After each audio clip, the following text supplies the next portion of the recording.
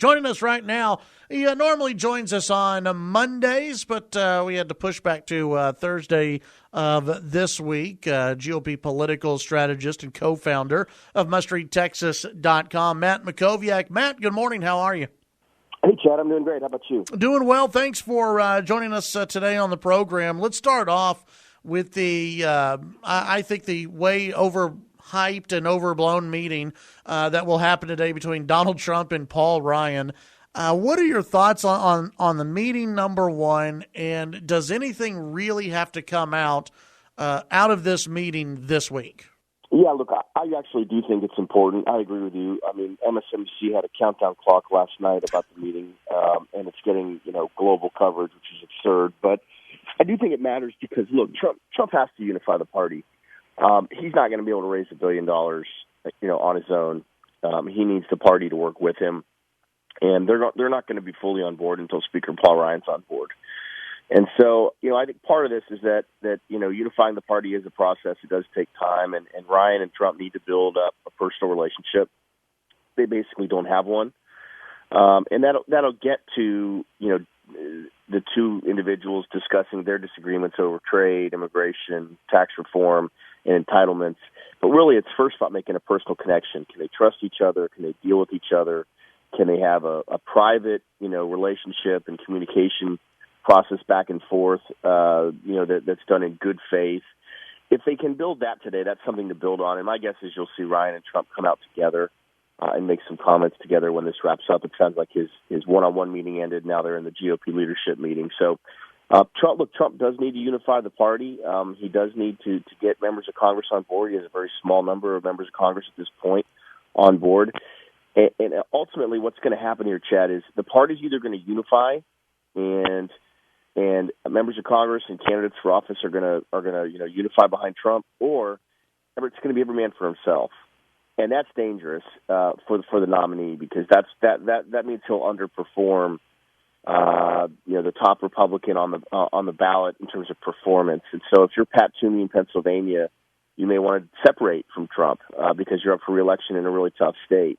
And honestly, they're probably stronger if they unite than they are if they kind of go every man for themselves. Who do you think has more pressure on them in this meeting? Is it Paul Ryan or Donald Trump? I think the media perception on that is Ryan, because he ultimately has to support Trump, even though he doesn't want to. And obviously the fact that he wasn't willing to support him a week ago was a bombshell, and it was unexpected given what he had said in the past, given that he's the convention chairman, given the sort of good soldier that he is. But on the other hand, I think within the meeting itself, I actually think there's more pressure on Trump, because you know what you're going to get with Ryan. He's the same person in public that he is in private. He's honest. He cares deeply about policy. He cares about temperament. It's really going to be up to Trump. And I think this is part of, again, building that relationship. The thing you keep hearing about Trump from people is that he's different in private than he is in public. You hear it all the time from people that know him. Mm-hmm. And it makes you wonder if sort of his public speaking style is a little bit of an act. And I think that helps people ultimately understand Trump. And if they have to support him, they can do so if they know they can deal with him privately at a higher level and kind of ignore some of the circus-like aspects of his public persona. Visiting with Matt Mackowiak, GOP political strategist, co-founder of mustreadtexas.com.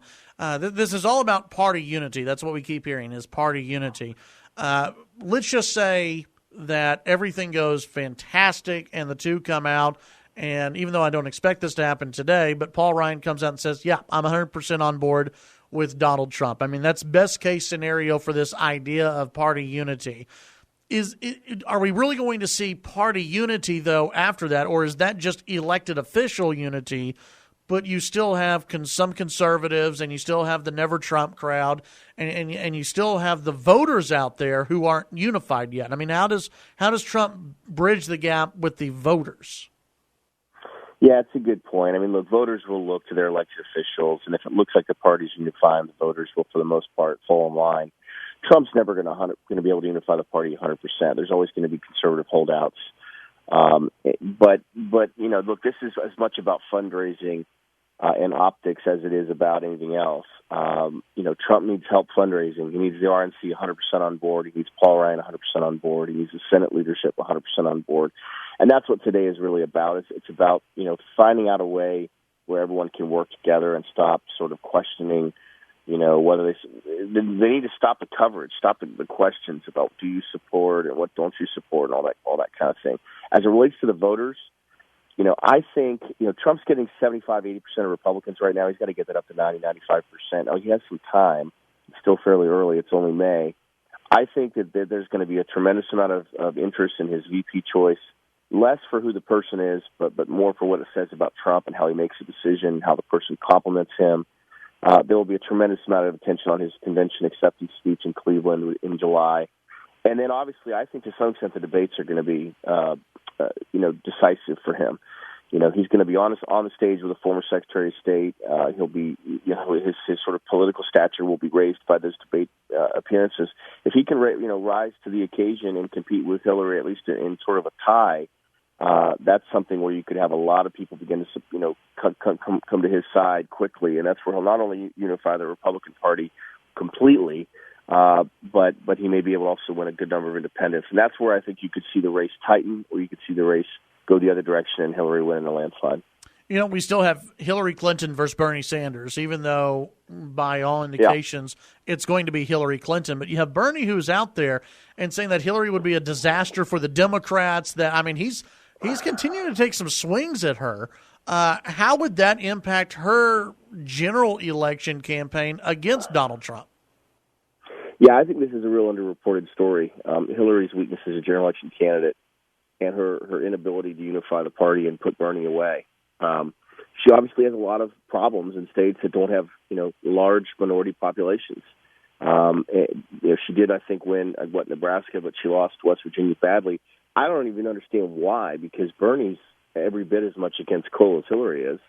I guess it's Bernie's, populist approach maybe that worked in West Virginia. But look, Hillary has a real challenge, and look, nobody thought the Democratic race would be going on longer than the Republican race, right? Yeah. Nobody thought that, and so that's incredible. And so I think there's a real risk here. Number one, Bernie keeps going because this FBI investigation hasn't finalized, and we should know something, I think, in a matter of weeks about that. But number two, what if Bernie wins California?